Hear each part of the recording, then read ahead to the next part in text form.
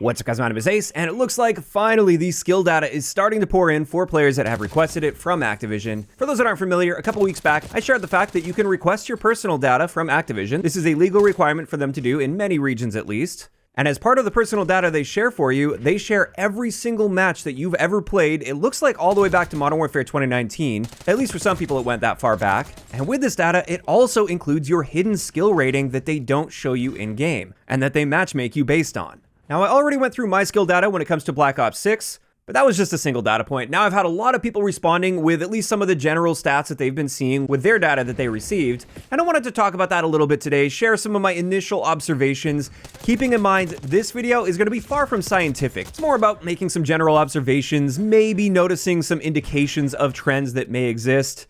And at the end of the day, there's still one big element that's holding us back from seeing basically everything that's going on here, and that is they don't share the lobby skill data. While you do get to see your skill rating, you don't get to see the skill rating of the lobbies that you're playing in. And that does have a big impact on what your skill rating will be, as we'll see as we go through this video today. Also keep in mind, a lot of this data is very messy because people are reporting different values, like some are reporting elimination death ratio, others are reporting kill death ratio, some people are only reporting their maximum skill rating, not their average or their minimum. So this is why toward the end of the video, I am going to ask for those that are willing to share their data in a more standardized format that I can actually analyze with a bit more accuracy. But stay tuned for that. I'll share exactly what I'm looking for from you guys. If you're willing to go the extra mile, you don't have to do it, obviously. But with that out of the way, let's go through some of the immediate observations I noticed just scrolling through a bunch of people's data that they have shared. The first big thing I noticed that didn't pop up at all with my data is your skill rating can actually get into the negatives. So 0 isn't the lowest value. In fact, based on what I'm seeing, it appears a 0 skill rating may actually be right around the average, if not bang on average. And unsurprisingly, most of the people that did share their data with me, they do have a positive skill rating overall, but typically for somebody that watches a channel like mine, you're dedicated to improving yourself, and therefore on average, you're going to see above average players watching my videos. But I did find that to be very interesting that it can get into the negatives, and that doesn't appear to be a bug as well based on some correlations that I was seeing. Although I have seen it reported that party game modes will show up in the negatives. I haven't really played any party game modes. I didn't have any party modes within my data set, so I can't confirm that for sure, but this is why I want to get some more information as well. The next thing I noticed is, well, I generally want to just focus on the current Call of Duty game, Black Ops 6. Many people were reporting their skill ratings from previous games as well, and it appears they use an entirely different scale depending on the Call of Duty game. Like with Modern Warfare 3 and Vanguard, on average, it seems the skill rating values get way higher than what we're seeing in Black Ops 6. And perhaps that's an indication of skill-based matchmaking being weaker or stronger depending on the game, but I don't think we can say that with any sort of confidence. They could just be using different weightings for how they determine what your skill value is, or just a different scale entirely. So we can't really draw any conclusions there, and again, from here on out, I'm just going to be focusing on the Black Ops 6 data. Another thing I've noticed is for some of the people that have shared their full graphs of their skill data, you often see a lot of roller coaster-like skill ratings, where it's just a constant cycle of ups and downs. And this seems to align with what many people have been sharing over the years that they experience while playing the game. And that is, you play really well for some games, then the next games you get into are significantly harder, so you perform way worse in those lobbies. And after you do that for a little while, now you're in easier lobbies and you get to perform really well again. And it's just that constant roller coaster-like effect that it seems is now mirrored by skill data, at least from some players. Again, keeping in mind, not entirely scientific, just some basic observations. And then another interesting general observation I made here is certain limited time modes like Ransack, for instance, they seem to have no impact on your skill data. Like as you play those modes, if you play several games in a row, your skill value doesn't change from those matches at all. And this could be the reason that limited time modes can sometimes feel like they have little to no SBMM. And this is something I've been experiencing with the Pentathlon game mode as well. In my experience so far, it feels like there's no strong SBMM there like we would normally see in the other modes. And in general, it seems like I'm just getting a decent mix of lobbies, generally trending toward being much easier than the lobbies I experience if I play Domination, for instance. Now, that's not to say that I haven't had some tough matches here or there, but it doesn't feel like it's all being determined algorithmically. Like I can dominate for several matches in a row, and it doesn't feel like I'm immediately kicked up to a significantly harder lobby. Instead, it just feels random and organic. And based on what we see with the skill data in some of the modes like this, it may actually be true that there is no real SBMM taking place in those modes. Or perhaps at the very least, it doesn't affect your skill rating as you're playing, so if you're playing that mode for a long period of time, you remain at a consistent skill rating, and therefore you see a lot more consistency with your gameplay. So that wraps it up for the general observations that I made right away. Now I want to dive into one data set that I found to be particularly interesting, and this is coming from Clamps SH on Reddit. Now, the reason this data is so interesting is he admitted to two-boxing right up until two-boxing got patched. And just to be clear, I don't condone two-boxing. I don't two-box myself, never have. I just find this data to be extra interesting because since we know he was manipulating the lobbies, it actually does give us a bit of an indication of how the lobby skill rating may impact your skill rating. So when looking at his graph, you can see the exact moment two-boxing was patched. There is a massive difference here. And it's interesting. Based on what we're seeing here, it looks like his skill rating dropped off drastically the moment two-boxing was patched, likely because his performance dropped off drastically the moment that was patched. But then it really didn't take long for that to shoot right back up to the point where it's actually much higher than it was when he was two-boxing, and his performance was significantly better. Now, he did also admit that even after two-box was patched, he's still playing games with his low-skill account, so that will theoretically give an averaging effect, and he will still be playing in easier lobbies than what he should be playing in if he were matchmaking solo. But the fact that his skill rating is so much higher now than back when he was playing in two-box lobbies, or essentially the lowest of low-skilled lobbies, that really once again seems to reinforce the fact that your lobby skill is a very important factor in what your skill rating is going to be. In fact, he shared a little more data here. He actually shared his elimination death ratio, win-loss ratio, and score per minute from when he was two-boxing to after he was two-boxing. And while his elimination death ratio was cut in half the moment two-boxing was patched, his skill rating ended up being drastically higher. And that's likely due to the fact that he's not playing against the lowest of low-skill players, and he's playing against people that are at least a little bit better. So once again, what we're seeing here is it appears your skill rating is not only based on your personal performance and how well you do, it's based on how well you do relative to the skill level of the players you're playing against. You can look like an absolute god, totally dominating bottom of the barrel players, but have an insanely low skill rating, or you could potentially barely be going positive and barely keeping up, but in really high skill lobbies, and your skill rating will end up going up because of that.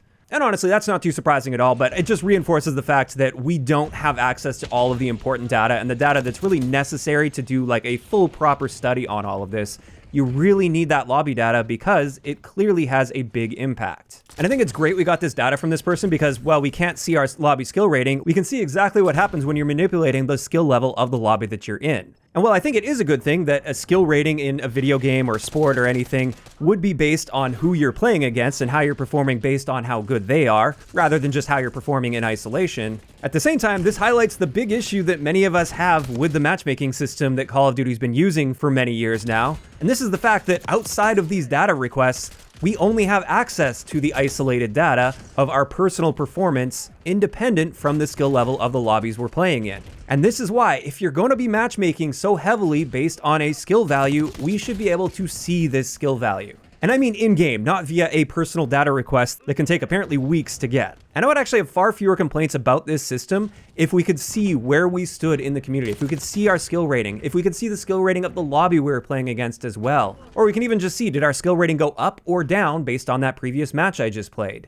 And that would at least give you an indication of what kind of lobby skill level you were playing in. Now, obviously, the thought there is, well, isn't that what ranked play is for? And yes, exactly. That's what ranked play is for. And that's, again, why I think the strict level of skill-based matchmaking that they use in Call of Duty gets so much pushback. There's a place for that, and that is ranked play. And while I think it is totally fine to have some level of skill-based matchmaking to protect the lowest of low from the highest of high-skilled players, I really still feel that they're too heavy-handed with this, considering the fact that this is casual public matches and we don't even get to see what our skill rating is. It's hidden from us, and yet it determines so heavily what our gameplay experience is going to look like. Next up, I want to talk about what I want to do in the future with this skill data, because I'd like to take a much deeper look here and maybe even narrow down a little bit how heavily each stat is weighted when it comes to your skill rating, obviously while missing out on the lobby skill data, which I'm sure is a very important factor that we will likely never get to see. But to give you an indication of what I want to do with this, I did collect a bunch of kill-death ratios and skill averages from people that have shared that with me, although in some cases they shared their elimination death ratio rather than kill-death ratio, so I just put that on a 0.9 multiplier to get roughly what their kill-death ratio would be. Keeping in mind, again, this is not scientific, but this is more so just to show what I would like to accomplish with more data, so don't take this one too seriously. The sample size is also tiny on this, but what I wanted to see is how much of a correlation is there between kill-death ratio and your average skill rating in Black Ops 6. And as you can see, there is definitely some correlation here. The lower your kill-death ratio on average, the lower your skill rating is going to be on average. but it does start to get a little more muddy as you get to the higher skill ratings or the higher kill-death ratio values. And that's where I believe things like score per minute really start to come into play heavily, because if you have a really low kill-death ratio, you probably also have quite a low score per minute because you're dying a lot and coming off a respawn a lot, so you're not getting a lot of score. Whereas on the higher end, you could have a really high kill-death ratio because you're camping away from objectives and not getting a lot of score, or you could have a high kill-death ratio while also getting a lot of score. And that's going to have a big impact on what your skill rating is looking like. Now, unfortunately, overall score per minute is not a great indicator since it's skewed so heavily based on the game mode that you play, as well as the playlist as well. If you're playing Nuketown 24/7 or Stakeout 24/7, your score per minute value is going to be very, very different if you were playing those same game modes on the regular maps in the game. But this is where I want to be able to look into that data myself, because we can sort by game mode with this data, and I can separate out game mode specific score per minute.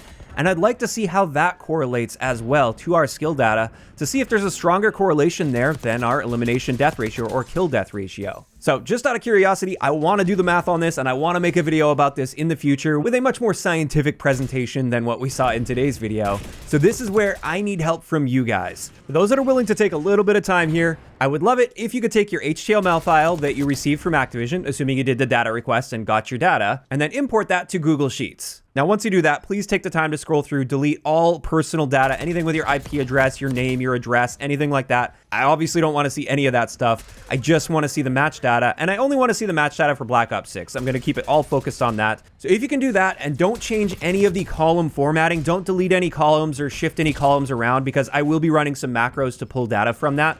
And if the columns are inconsistent from one sheet to the next, that's just going to be a huge mess for me. If you could do all of that and then just send it to the email that I will leave in the description down below. I created that specifically to get data from you guys so my actual business account doesn't get totally flooded. If you could do that, that'll be great. The more data, the better here. And I also want to point out, this is going to be totally anonymous. It's just going to be a data point. So if you're somebody that's worried about your stats being too low or anything, please don't worry about that. I'm not even going to look at who it comes from or anything. Like I said, it's just going to be a data point, and I suspect I'm going to be getting a lot of above average stats, and I really want to see what's going on the other side of that as well. So please, good stats, bad stats, I don't care. I just want to get as many stats as possible so I get as many data points as possible, and then perhaps we can figure out what's going on with this skill rating, at least to the best of our ability with the data that we have available to us. And with that, that's going to wrap it up today's video, and I'm really curious to hear from you guys in those comments down below. How are you feeling about some of the observations I made in today's video, like the fact that your skill rating can get down into the negatives? Also, what do you think about the graph with the person that 2-boxed and how that affected his skill rating? Were you guys surprised to see results like that? Just let me know down below. If you enjoyed the video, a like rating is always appreciated, and don't forget to subscribe for more if you haven't already. I'll talk to you guys next time.